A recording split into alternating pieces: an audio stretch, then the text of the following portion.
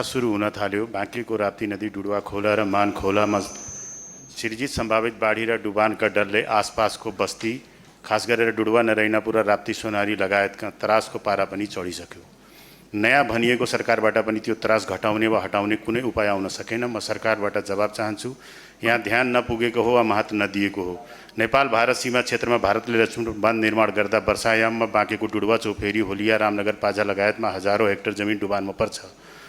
खेतीबाली नष्ट हुन्छ, सयौंको घरबार बग्छ, डुब्छ, कयौँलाई बाढी डुबान र त्यसबाट सिर्जित असहज परिणामहरूले मार्छ। तर ती धनमाल र ज्यानको क्षतिप्रति अहिलेसम्म सरकार स्थलगत कुनै तयारी नभई संवेदनशील नहुनु ज्यादै दुःखद छ। लक्ष्मणपुर बाँध बनाउँदा नेपालतर्फ सम्भावित बाढी र डुबान नियन्त्रणका लागि करिब 13 किलोमिटर तटबन्ध गर्ने सहमति भारतीय पक्षले गरेकै हो।